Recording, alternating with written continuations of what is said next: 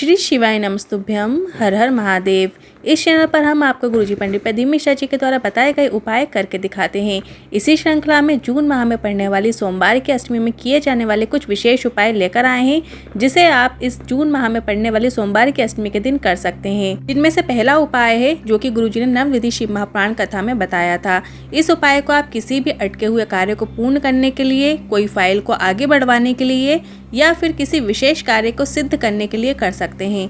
आपको वट वृक्ष, बेलपत्र, आम का वृक्ष हुआ, नीम का वृक्ष हुआ या अकोने का वृक्ष हुआ, मतलब कोई भी 5 वृक्षों की आपको 5 पत्तियां लेना है। किसी भी 5 वृक्ष की 5 पत्तियां लेने के बाद आपको एक सफेद पुष्प भी लेना है और इन सभी चीजों को शिवलिंग में माता अशोक सुंदरी के स्थान पर स्पर्श कराते हुए शिवलिंग के ऊपर अर्पित कर देना है। माता अशोक सुंदरी के स्थान पर सिर्फ स्पर्श कराना है, आपको अर्पित नहीं करना है। आपको माता अशोक सुंदरी के स्थान पर स्पर्श कराकर शिवलिंग के ऊपर अर्पित कर देना है। शिवलिंग के ऊपर अर्पित करते समय आपको निर्मलेश्वर महादेव का नाम लेना है। फिर से सुन लीजिए, निर्मलेश्वर महादेव का नाम लेना है। बस आपको इतना ही करना है। आपके अटके कार्य पूर्ण होंगे, कार्य में सिद्धि प्राप्त होगी। आपका जो भी अटका हुआ कार्य है या आपके मन में कोई मनोरथ है जो बहुत लंबे समय से पूरा नहीं हो रहा है, आप उसके लिए भी ये उपाय कर सकते हैं। इस सोमवार की अष्टमी में आप ये उपाय जरूर कीजिएगा। इसी श्रृंखला में अगला दूसरा उपाय लेकर आए हैं। वेद व्यास जी कहते हैं, केवल शिवलिंग पर चढ़ी हुई बेलपत्र जो होती है वो कभी बासी नहीं होती। शिवलिंग पर चढ़ा हुआ जल कभी बासा नहीं होता। शिवलिंग पर चढ़ा हुआ जल और बेलपत्र बहुत विशेष होता है।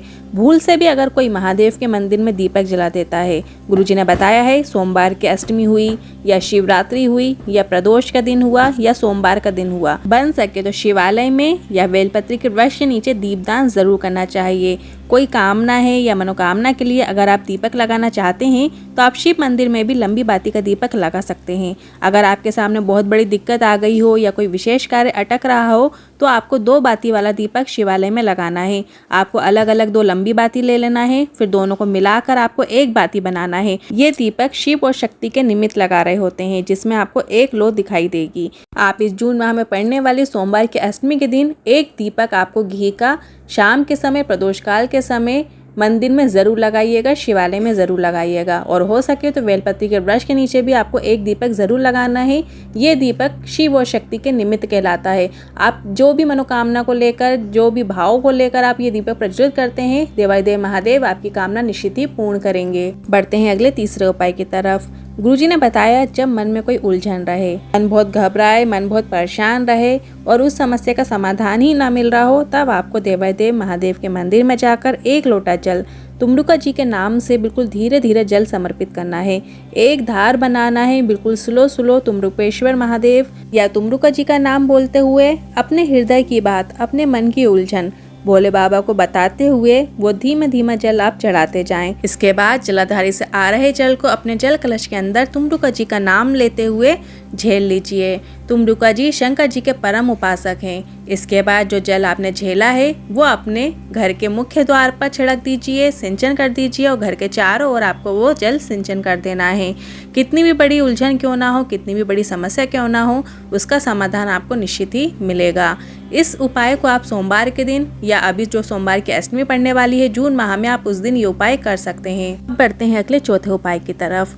अगर आपको ऐसा लगता है महादेव मेरी सुन ही नहीं रहे हैं, मैं जल भी चढ़ाती हूँ या चढ़ाता हूँ फिर भी महादेव मेरी मनोकामना क्यों नहीं सुन रहे हैं, तो ये उपाय आपको इस विशेष दिन ज़रूर करना है। आप सोमवार की अष्टमी के दिन ये उपाय ज़रूर कीजिएगा और आप इस उपाय को करके पूरा लाभ प्राप्त कर सकते हैं। आपको 1 लोटा जल लेकर शिवालय में जाना है और जल आपको एक विशेष तरीके से अर्पित करना है और शिवलिंग पर जल आपको अर्पित नहीं करना है। इस बात को आपको ध्यान रखना है। आप देखकर भी समझते जाइए। सबसे पहले जल आपको शिवलिंग में जो गणेश जी का स्थान है वहाँ पर आपको चढ़ाना है। इसके बाद आपको माता अशोक सुंदरी के स्थान पर चढ़ाना है। फिर आपको कार्तिकेय जी के स्थान पर चढ़ाना है और इसके बाद माता पार्वती के हस्त कमलों में थोड़ा सा जल चढ़ा देना है और कलश में बचा हुआ जल आपको बेलपत्री के वृक्ष के नीचे चढ़ा देना है, पर आपको शिवलिंग के ऊपर जल नहीं चढ़ाना है।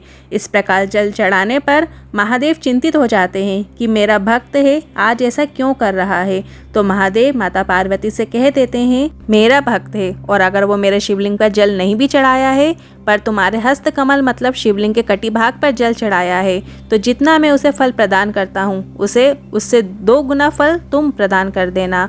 पर यह उपाय सिर्फ आपको सोमवार की अष्टमी के दिन करना है। जून माह में पड़ने वाली सोमवार की अष्टमी 26 जून को पड़ रही है। शिव शक्ति के मिलन का दिन होता है सोमवार की अष्टमी। सोमवार की अष्टमी वर्ष भर में 3 या 4 ही पड़ती हैं। आप अपनी आवश्यकता के अनुसार 1 या 1 से अधिक उपाय भी कर सकते हैं। इन उपायों से जुड़े मन में कोई सवाल है, क्वेश्चन है तो आप कमेंट बॉक्स के जरिए पूछ सकते हैं। वीडियो थोड़ा भी उपयोगी लगा हो तो वीडियो को लाइक करके कमेंट बॉक्स में हर हर महादेव जरूर टाइप कीजिएगा। श्री शिवाय नमस्तुभ्यम।